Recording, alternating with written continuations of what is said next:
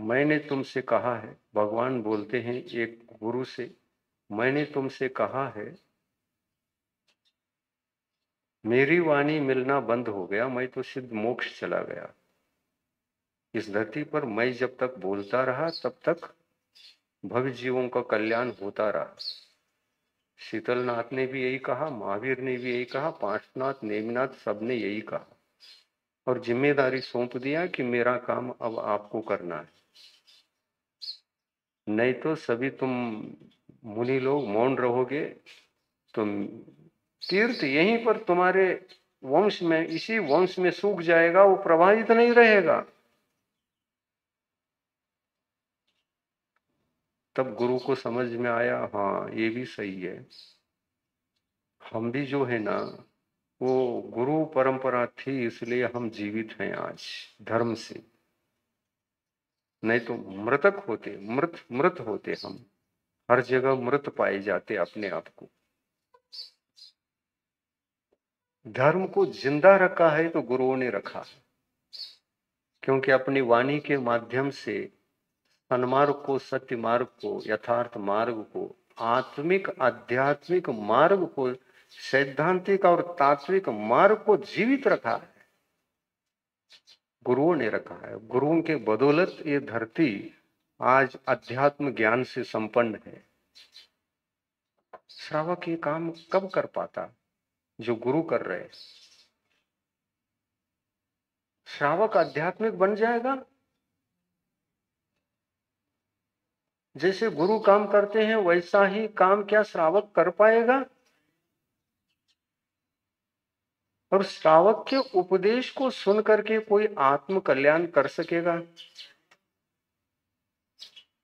श्रावक क्योंकि प्रतिपल सविकल्प दशा में जीवन जीता है, उनसे मोक्ष मार्ग आगे बढ़े कभी संभव नहीं हो सकता।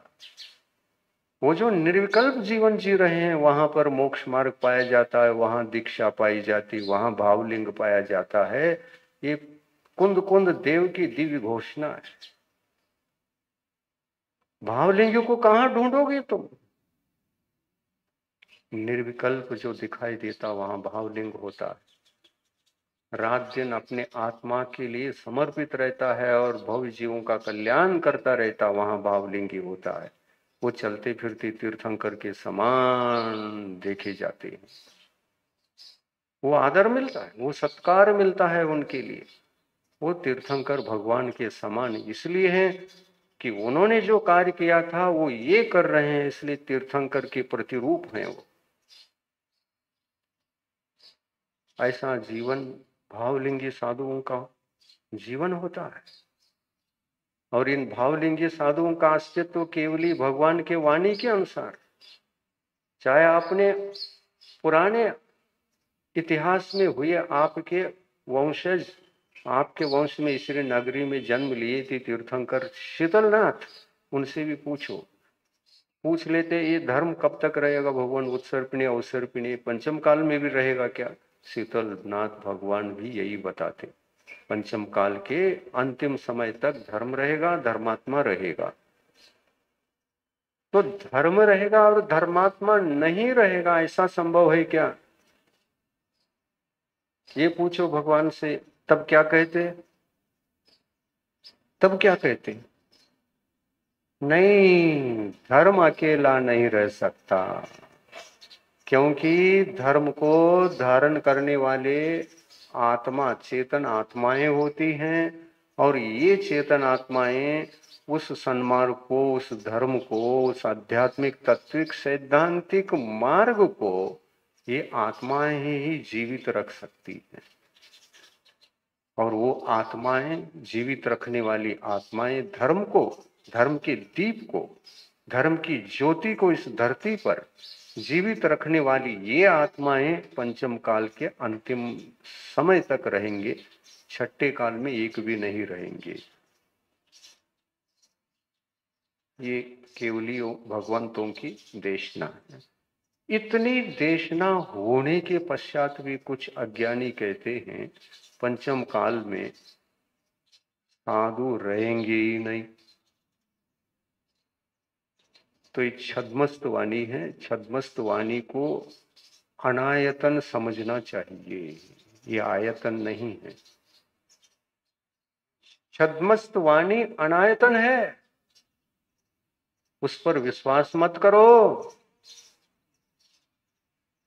पकड़ के बैठे तो छोड़ ही नहीं रहे।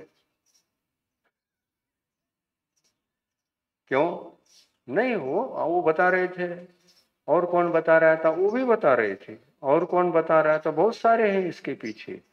तो सभी से सुना क्या? हाँ, जितने लोगों ने एक को भी नहीं बचाया, सबके पास हो के आया।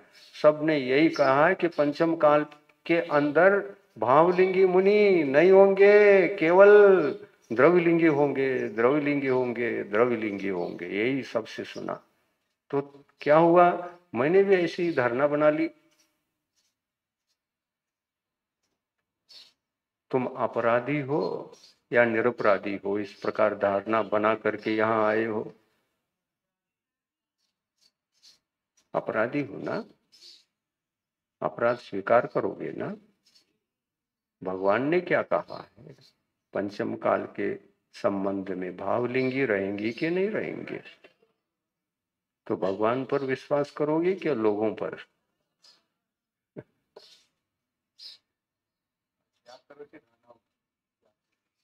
तो आज उत्तम त्याग धर्म है ना, तो उन अनायतनों का त्याग करो।